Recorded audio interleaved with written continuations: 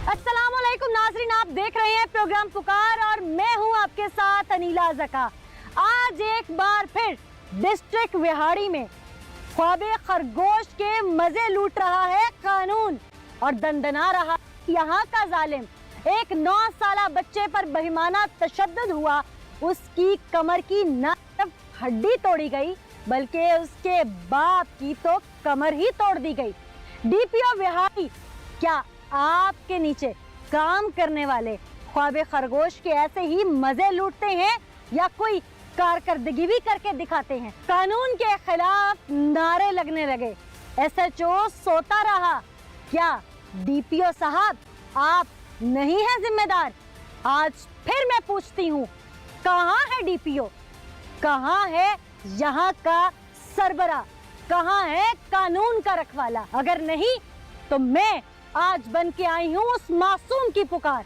आइए मैं दिखाती हूँ कि कितना जुल्म हुआ और कानून एसी वाले कमरों में कैसे है बरात जमा। वालिदैन इस बच्चे की, अल्लाह पाक आपको सब्र दे, हिम्मत दे। दुनिया ने जो आपके साथ जुल्म उठाया है, हमें दिली हमदर्दी है और हम आपके इंसाफ के लिए जहाँ तक आवाज़ उठा सके हम लोग उठाएंगे। आपके बच्चे के साथ क्या हुआ था? बस ये सिर्फ बारह पढ़ने गया था मस्जिद में, तो इसकी नाना की तबीयत खराब थी और मौलवी साहब ने कहा कि आप ना दुरूद जमा करके ले आए मोहल्ले से 3-4 घर जो हैं इसके बस्ती में। यानी कि आम फहम में मैं कहूँ तो खाना इकट्ठा करके लाने के लिए जो। हाँ जी। अच्छा, तो नाना की तबीयत खराब थी इसकी, हमें इधर आना पड़ गया इमरजेंसी में।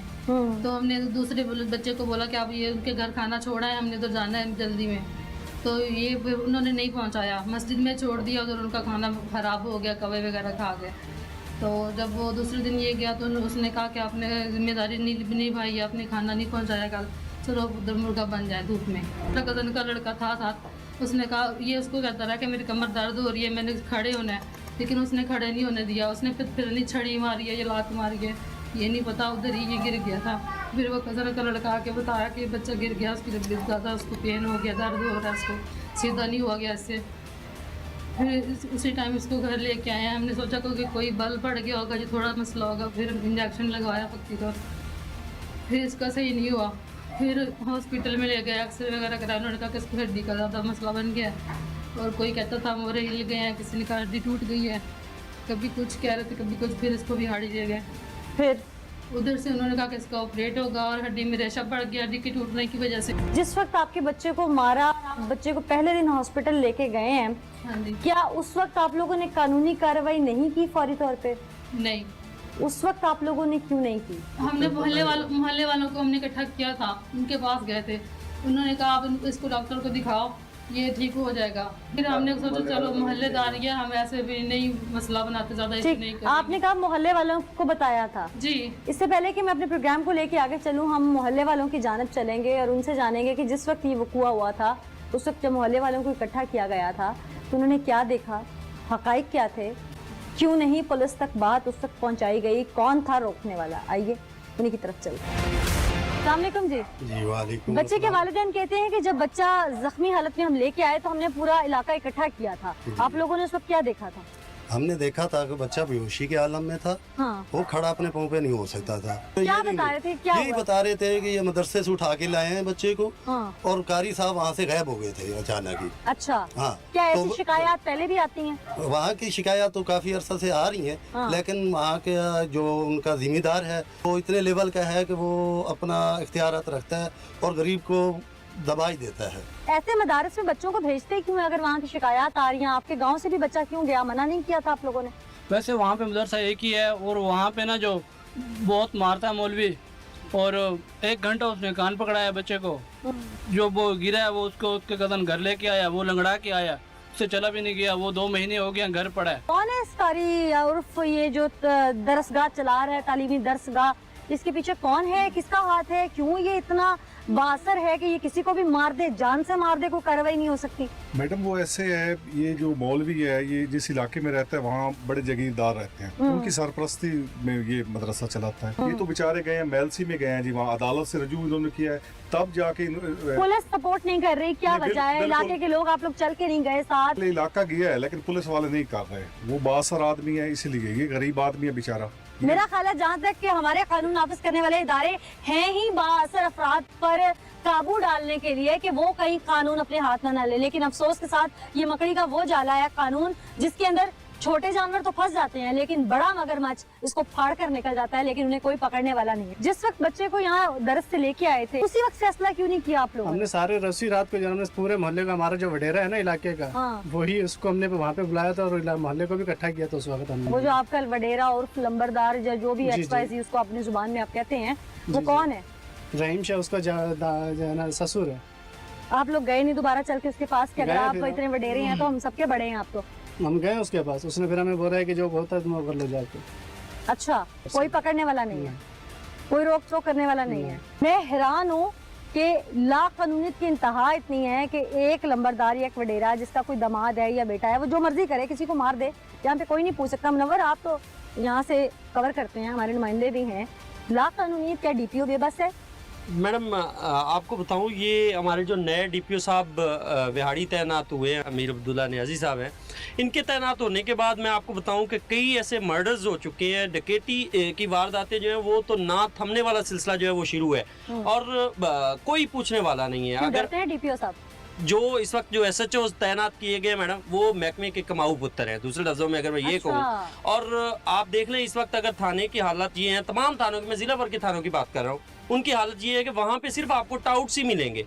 और जब इस तरह के वाक़यात होते हैं, अब ये गरीब खानदान है जिसके ऊपर मैं दूसरे लफ्जों में अगर ये कहूँ कि जुल्म किया गया है, इनका इकलौता बच्चा है, उसके ऊपर एक जो बाअसर मौलवी है उसने तशद्दुद किया और बेमाना तशद्दुद करते हुए उस बेचारे को चलने फिरने से माजूर कर। डॉक्टर्स जो बता रहे हैं वो अभी उसकी जो कमर के मोरे हैं उनमें प्रॉब्लम आया हुआ है जिसकी वजह से वो चल फिर नहीं सकता।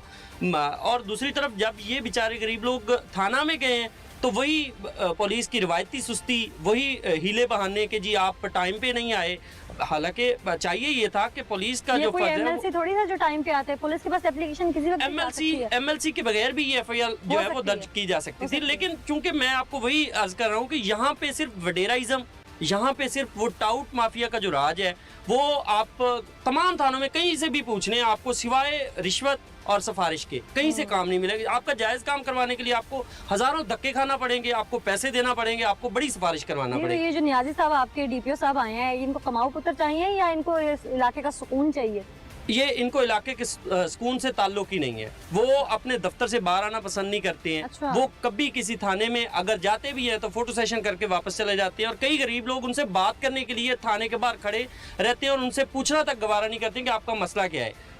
मेरा ख्याल है नियाजी साहब अगर फोटो सेशन तक की बात है तो फिर आपको CSP ऑफिसर नहीं होना चाहिए था, आपको कुर्सी ही चाहिए थी।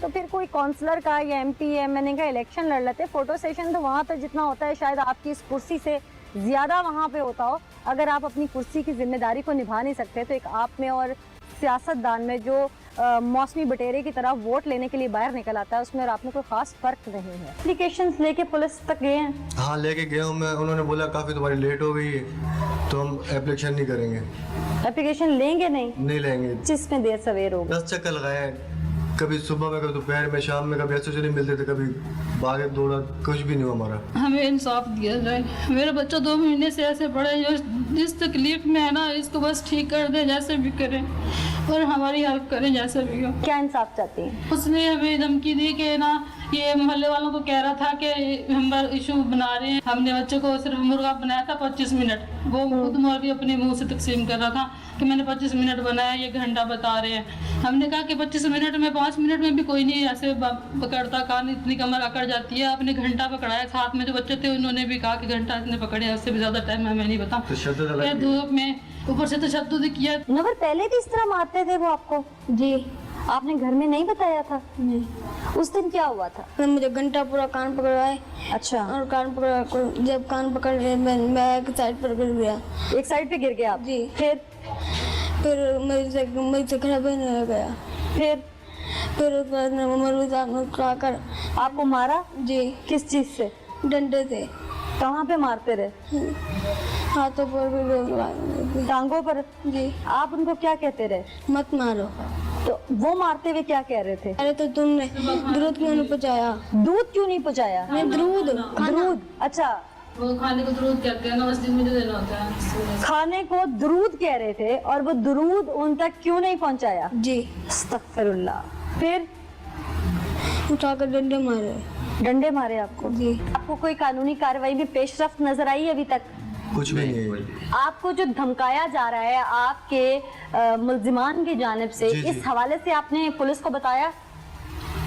जब सुनते नहीं तो क्या बताया उनको? आपने बताने की कोशिश की? काफी 3-4 वक्त गए, उनको बताया सब कुछ, उन्होंने कोई बात नहीं सुनी हमारी।